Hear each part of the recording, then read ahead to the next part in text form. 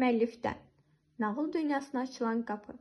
Əziz balalar və onların sevimli valideynləri, əlinizdə tutduğunuz bu kitab təkcə sözlərdən ibarət deyil. O ürəklə yazılmış və uşaq təxəyyülünə toxunan bir xəzinədir. Bu səhifələrdəki nağıllar sizləri buludların üstünə, meşələrin dərinliyinə, göy üzü ilə yer arasında yol gedən qəhrəmanların yanına aparacaq. Bəzən ağlayan bir buludla rastlaşacaqsınız, bəzən də ulduzların sirrini öyrənəcəksiniz. Ayın ad günündə iştirak edəcək, günəşlə dost olacaqsınız.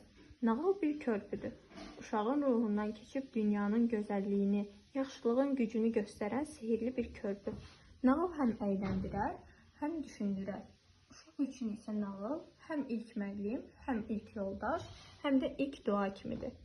Bu kitabda toplanan nağıllar təbiətə sevgi, dostluq və mərhəmət, qorxmadan doğru yol seçmək, balaca qəlblərdə yaxşılıq toxumu səpmək məqsədi daşıyır.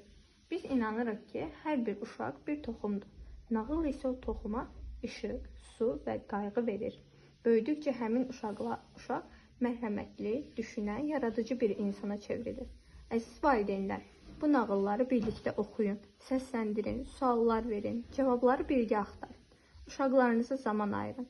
Çünki nağıl oxunan evlərdə səssizcə sevgi böyüyür. Əziz uşaqlar, gözlərinizi yumun, qəlbinizi açın.